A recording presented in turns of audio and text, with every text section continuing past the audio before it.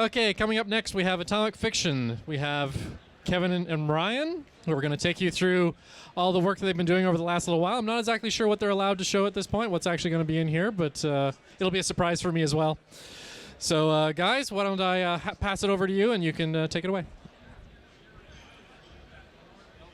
Our audio guy has to get to the audio board after bringing you your microphone. Now you should have sound. Yes, much better. Much better. So can we get our laptop up here on the screen? Test. Hello. All righty. Let's do this. Awesome. Cool. Yeah, so I'm Kevin. This is Ryan right here, my taller partner.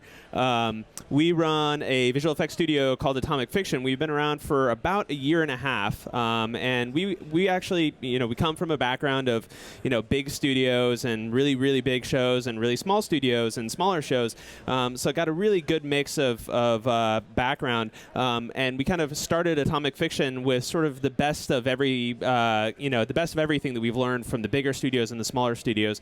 So we kind of wanted to talk you through, some of the work that we've been doing, how we're really leveraging Autodesk products, in particular the suites that they offer, and just kind of talk you through a little bit about how we use all these tools together in a really effective way. And we're going to show you a little bit about how we render, because we render in an interesting way. We render everything in the cloud, which is kind of a new concept for high-end visual effects. We've got some treats for you today. We're going to break down some shots from movies that aren't even out yet, which is awesome, that we got in the studios to agree with that. So we're excited about that. Just first, a little bit about who we are and how we kind of got to this crazy place of owning a studio. Is Ryan and I are actually, we grew up in the same place. As you can tell, we are a day apart from each other in age. We've worked on a lot of the same movies, and the next slide will actually prove that we've known each other for a really long time. This is a garage sale at my house when we were 8 years old. So we know that we can tolerate each other. So Ryan's going to tell you a little bit about how we actually broke into film. Yeah, how's everyone doing? Can you hear me okay? Is this got a good volume? Awesome. So yeah, as Kevin said, we've been friends for a long time, and it's fun at some of these presentations we like to explain a little bit about how we got into all this, and then show you some of the cool eye candy after that, because it's kind of a fun story. We loved movies when we grew up, and some of the classics there that inspired us to get into special effects and animation. We saw Jurassic Park when we were in middle school, and we were completely blown away by this new medium that was starting to come out, using computer graphics and films in a much more heroic way for main characters. We started to figure out how we were going to do that. So in our school's drafting class, we started using 3D Studio Release 2. As you can see there, for DOS. And we busted our butts, and we would borrow the computers over the summer. We would go home when the alarms went on, staying super late. And so we pretty much had no lives outside of computer graphics for a long time. And it turned into some cool stuff. We did some animations for our school assemblies, displaying like these movies in front of our entire student assembly. We landed a gig at Microsoft when we were juniors in high school, I think. Is that right? Yep. Doing some stuff for what was eventually going to become, what was the product? DirectX. DirectX, later Xbox and things like that. Because of that school to career stuff that we were doing, we got featured in a national documentary that was, you can see my sexy long hair there, featured in a national documentary about school to career that was funded by George Lucas. So we got noticed by George as part of that process and got invited down to Skywalker Ranch and shown around. And as a result of that, that led to jobs working on Star Wars Episode 1 a week after our high school graduation. And we were shitting our pants the entire time. Like to be 16 years old and visiting Skywalker Ranch, and it was an amazing experience. And then getting to work with this guy, it was just the best thing that you could ever ask for. And it was really hard work. So they showed us some of the stuff that they were doing for the pod race in the previs department. And so we went back to Seattle where we grew up, and we decided we were going to put together a demo reel during our senior year to sell them on it, which is what eventually got us hired. And we wanted to play just a few seconds of that so you could see what we were doing back in the mid-90s. Everyone wants to show their old, actually nobody really wants to show their old first demo reel that they ever did. This is that for us. Yeah, and this was all using 3D Studio Max Release 1 at that point, right?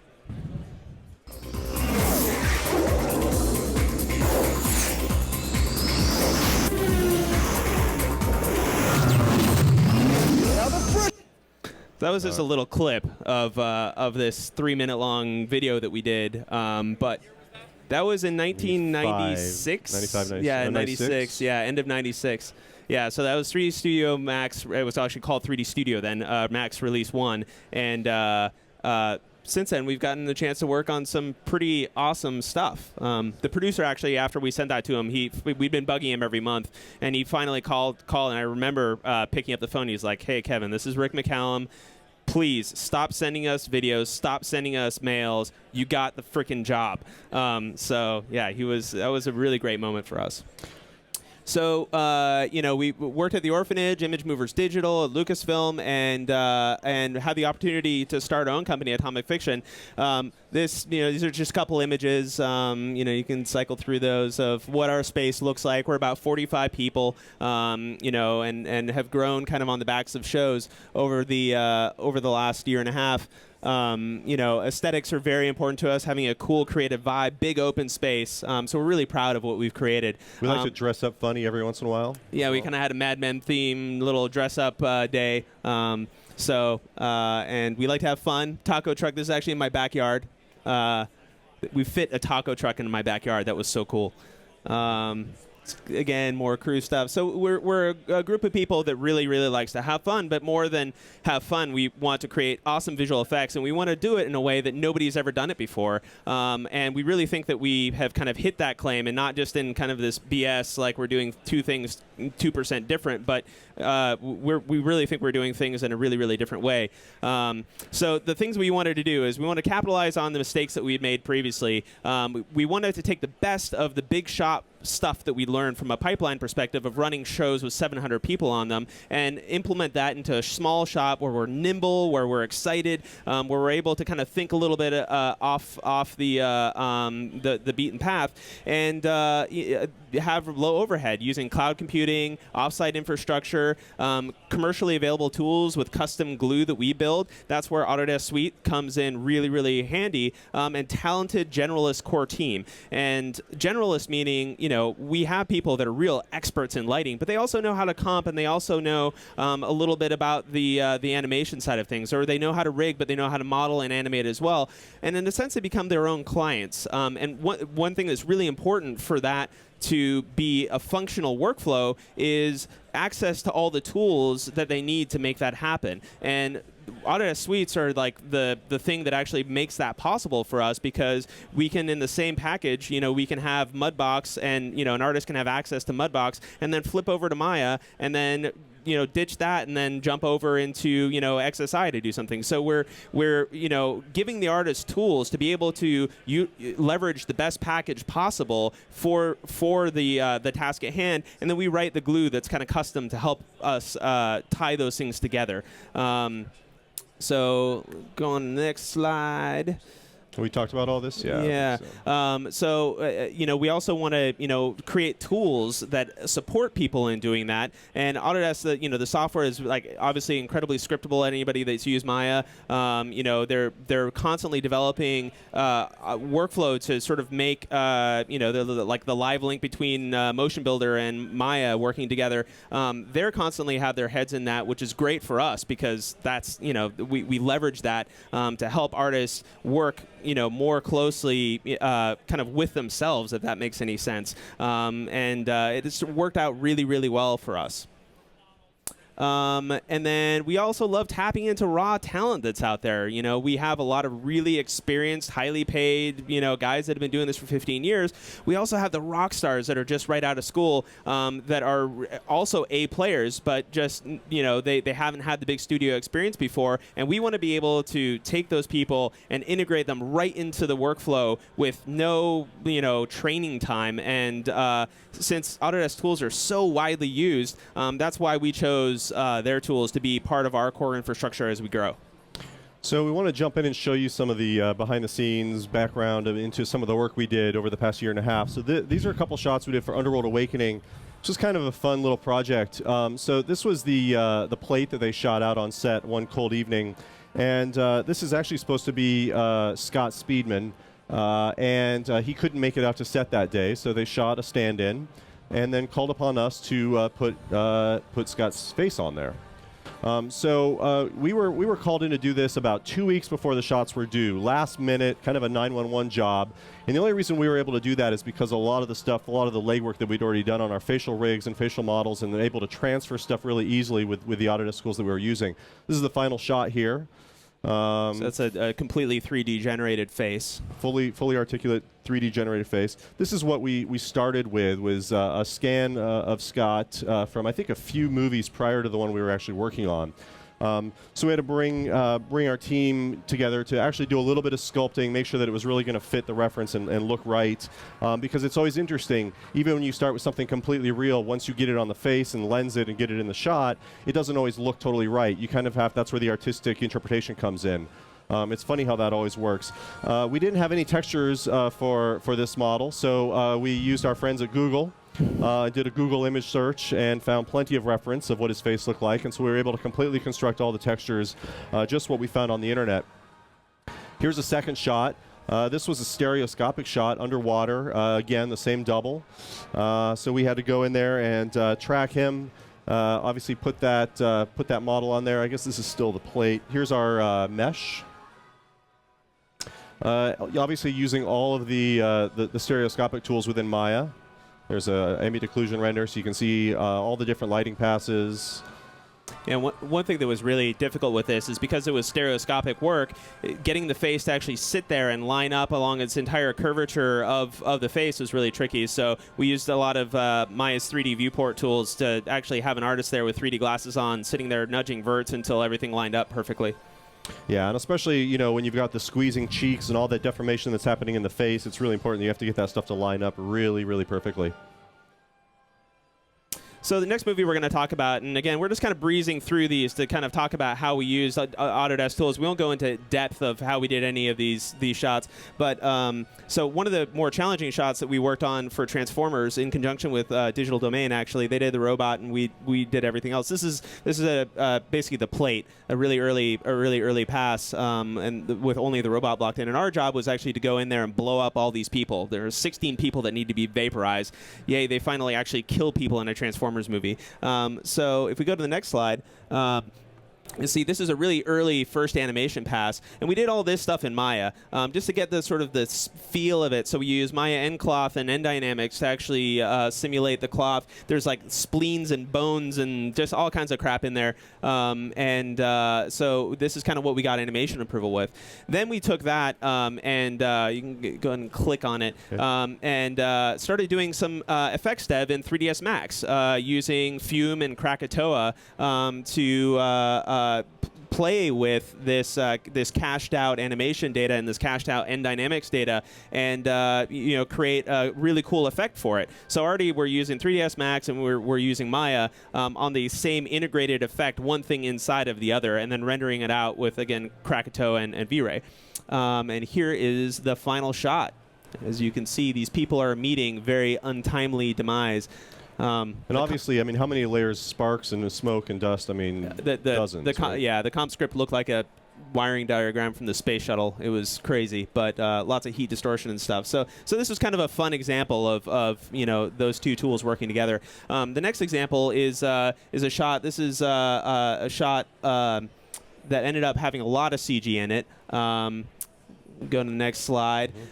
Interesting story, actually. This was an early animation take, and originally what we were brought on board to do is to have this robot run up, shoot the car, blow a big hole in it, and then run around it. But when Michael Bay saw that, he was like, that's bullshit. That's lame. We want to blow the car in half and have the robot run in the middle and, it's just interact with the smoke, and it turned into a huge shot. So we actually... so this is an animation take. So we actually devised kind of a couple of really fun ways to do this. This is the animation of the cop car. We actually created a low-res cage around the cop car and used end cloth. We actually made that a really rigid end cloth that then deformed the car. So the car kind of has a little bit of squish and bend as if the metal is like stiff, but overall, it's bending. So you can see that, there's a lot of really cool secondary stuff in there, and by actually turning the car into cloth, which was kind of a fun thing. Then we had to add ground destruction, and then at the end of the day, we had to add a lot of effects work, which was also done in 3ds Max using Fume and Krakatoa, again, some of our favorite tools, and had to cache everything. The cop car was actually rendered in Maya using V-Ray. The Fume effects was rendered in Max using V-Ray, and then Krakatoa was used to render a lot of the really fine grit. So it was really throwing the kitchen sink at this stuff to get it out. But we only had about 3 weeks to do this shot in stereo, so it was a pretty crazy turnaround. And if the artist hadn't had those tools at their disposal to really just, hey, let's grab it and use it, I know this tool, let's do it, we wouldn't have been able to get it done. So we're really excited to be showing these next 2 projects. These are 2 of the projects that we got permission from the producers and the studios to be showing you guys. These are some trailer shots from some of the work we did this spring. A film coming out later in the summer called Looper, which is a Bruce Willis time travel badass gangster movie. We were brought on board to do a bunch of art direction and concept work and then digital environments to try to realize what this futuristic world was going to look like. One of those shots started as a plate of San Francisco, where we're from. And we were brought on board to turn that into a futuristic Shanghai.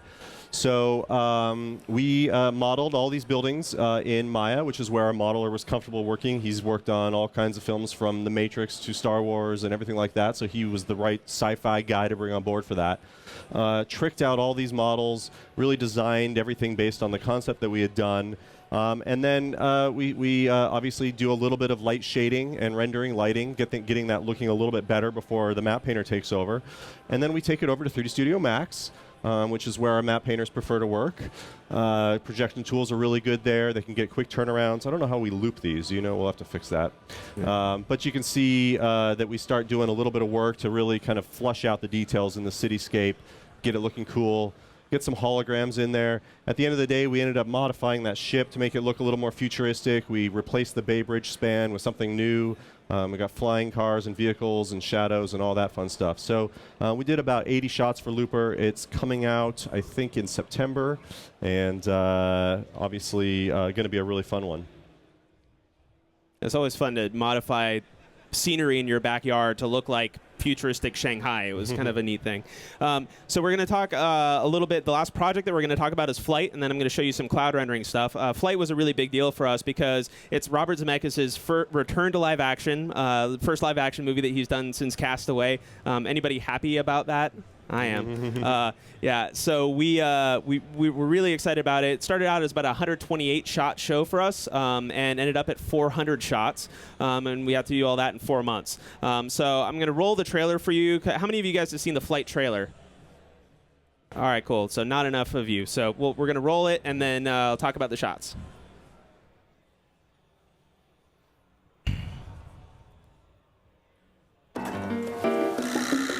Good morning, Trina. Good morning, Captain Whitaker. Here's your manifest with 102 souls on board. So let's get them tucked in. We're ready to push.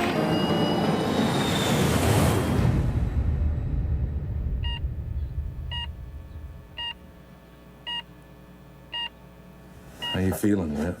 Looked like you pulled some kind of move up there, man. You saved a lot of lives. We are in a dive. I have no control on my side. We going down? Everybody embrace positions. The way you landed that plane was nothing short of a miracle. I see nothing but houses. Evan, listen to me. Trim us nose down. Plane fell apart at 30,000 feet. We're gonna roll it. What do you mean roll it? Ready? Here we go.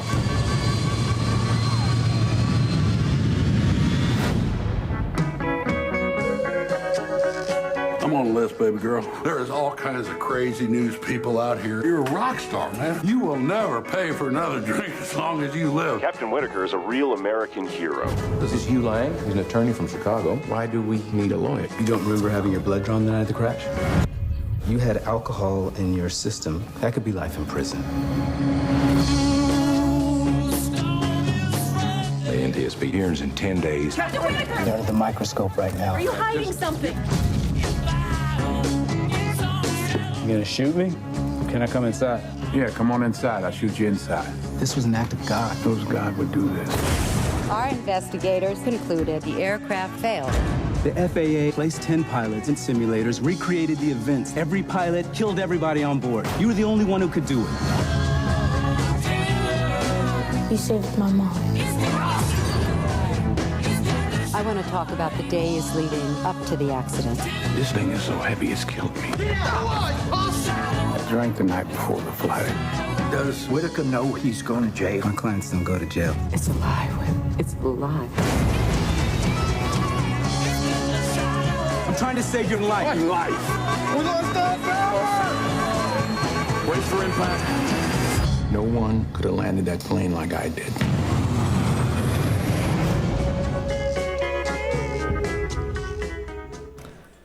So pretty cool film. I think it's one that we're going to be really, really proud of worked on. So I have 3 shots here that I just wanted to kind of run through how we did it and how Autodesk tools kind of helped us get through it. This is a shot of them deploying everything they can to slow down when they're in this dive of theirs and this landing gear door breaking. And this was actually an interesting one because if you go to the next slide, this is just kind of showing the animation of it. But then on the next slide, there is this is a shot, really early take of the thing, using some of the plates that we had shot. We actually went up in a helicopter above Atlanta and used 3 Red Epic cameras mounted on the front of the chopper, splayed out to give us a 240-degree stitchable image of everything that we were flying through, because we didn't know what the sequence was going to be when we were shooting the aerial footage, because that was all at the end of the production schedule. So this is one of the plates that we shot, and it just didn't really work. It didn't have the dive. It kind of looked too pretty. Zemeckis wanted it diving down. It's also impossible for helicopters to fly through clouds, right? So you have to be. I mean, we knew that we were going to have a lot of stuff to try to get more speed and interaction going. So a lot of the plates we shot actually had to be modified quite a bit. Yep.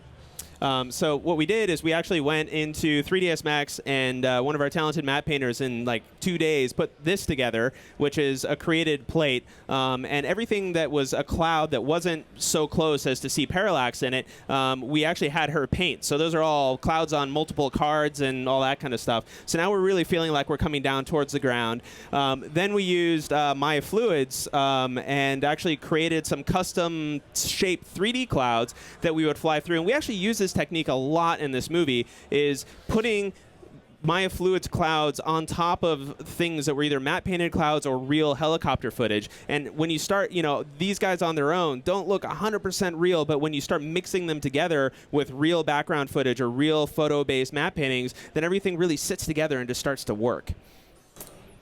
So this was a lighting pass, and we actually did all kinds of tricks where we moved different bounce cards of reflection by the ship, by the plane. So even if you don't really see it in the shot, you feel that the motion is changing on the plane. This was a different pass that we did. We thought it would be really cool to have condensation effects come off the plane, from these low pressure pockets it was creating. So we did all that in Fume in 3ds Max. And then this is the final shot. So the combination of the Fume effects in 3ds Max, the matte painting in 3ds Max, the plane rendered in Maya with V-Ray, and the clouds rendered in actually Mental Ray with Maya. This is another kind of crazy shot. This is a popular one from the trailer. Some people actually asked me, how did you guys get clearance to fly a commercial airliner upside down? I'm like, we didn't do that. That would be stupid. So this is the plate that we shot, in addition to the pink sky, which is a nice little Red Epic artifact. The camera move just wasn't working. So we actually had to recreate it from scratch. So this is the animation with the created camera move. Next slide. Next slide. So that's the created background. This is the plane render, and you can see the card that we used to give nice moving reflections in the plane. So we created a fake ground below it to give reflections. It's remarkable, especially when you have something as familiar as an airplane that people are really used to seeing, how many iterations it actually you go through, to figure out what it is that's going to help make it look real. I mean, absolutely months and months and months of work. So fuel spray being dumped. Next, and here's the final shot. So lots of cool stuff going into that. Go ahead and skip through this next shot because we only got 2 minutes left to cover the cloud thing. Okay. Just keep skipping through. Just one of the You guys will have to this was a lot of 3ds Max and Maya work as well. Again, the same cloud technique and some really cool kind of fire and smoke effects that are done for that shot. Little sparks, all kinds of little love that we can add to stuff to really sell it. So that's Flight. I wanted to spend just 2 minutes really quickly talking about rendering in the cloud because it's something that Autodesk is kind of supporting us in doing and something that is really, really different. Really quickly before we jump into that, I think it's important to mention why rendering in the cloud was something that we immediately gravitated toward when we were building Atomic Fiction. Kevin and I, over our supervising careers and working with lots of people, realized that it was really the people that we were working with that were the most important element of what we did. And so rather than try to cut corners on who we hire or who we work with or where those people are located, we decided to try to find other ways of cutting our costs. Rendering in the cloud was one of the most logical places for us to begin looking. So we don't want this. This is millions of dollars and lots of hot, noisy infrastructure. Same we with don't want this. that either. It's all. That one looks better though. Yeah, it looks better, but yeah, not good. We couldn't afford to do that, so we have to use the cloud. And basically, what allows us to do is have we joke it's like an ILM size farm in minutes, and then an IMAX size one the next. We can expand and contract, and we only pay for what we use.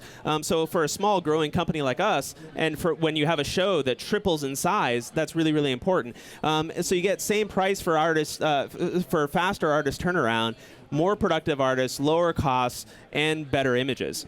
And so really quickly, the way it works is, we have our local data, then we upload that to the cloud. We're using a tool called Zinc now to do that. That data gets read by this compute cluster, and basically we request a bunch of machines to start up in the cloud, and they all crank away on the data, write it back to the cloud storage, and automatically download it back to our own local server. So to the artist, this is like having a normal render farm, and all this happens securely, so the data is really secure. But we actually, the compute cluster, these machines like appearing out of nothingness is really what helps make this possible. So we have a fast internet connection, which helps. Really quickly, let me scrub through this so you can kind of see it in action. The Zinc guys are actually over at Shotgun's booth, so they are more than happy to give you a little bit of demo. This is just showing us actually setting up our render passes and using a UI that we built for Zinc. And this is a lot like using your normal local render farm. You give a frame range, you give a resolution, but the only difference is you enter in your username and password because it's sort of launching machines that are going to cost money. We want to make sure that only the people that we want doing this can do it, and then it sends it up to the cloud. And you can see there it's actually analyzing the scene to see what information is needed in the cloud. It does a comparison between what's up there and what is needed, automatically uploads it, which is what you're seeing here. So now the data exists in two places, but it only uploads what it needs to the cloud. Everything else that was already there stays there. Then the job launches, and you can see those 10 little things down to the bottom are all Amazon instances that start, and they start rendering on the job. So they didn't exist before, but now they magically popped up and are rendering on the job. So you can watch the progress of your job here just like you would be able to on a normal render farm. And now their frames are finishing, and they're downloading to the artist's work directory. So to the artist, frames just start appearing in their work directory just like they would with any other render farm tool. And they get checked in automatically into our asset manager. And here you see our asset manager. They get checked in automatically. You can open the folder and see, hey, those frames have rendered, and I can look at them in RV and see that I've got a pretty lighting pass. So that's a really, really quick demo. The Zinc guys would be happy, I'm sure, to talk to you guys more about it. But this is a really phenomenal tool that has allowed us to scale our infrastructure dynamically, be a big, big, big studio at one moment, and then go back down to being guys in the garage on our, when we don't need all that power. So it's really, really powerful for us, and we think that this is kind of what makes the difference for our artists and allows them to produce this quality of work at the price that we can. Thank you guys so much for spending time with us. And thank you, Autodesk, for being able to these guys have been with us our entire career, and if it hadn't been for them and their support of education, we would not be where we are right now. So we owe a debt of gratitude to Autodesk and the work that they've done. We'll hang out a little bit right off the side. We had to rush through that, so if you guys have other questions, we're happy to answer them, and it would be great to meet you guys. Thanks again, guys. Much appreciated.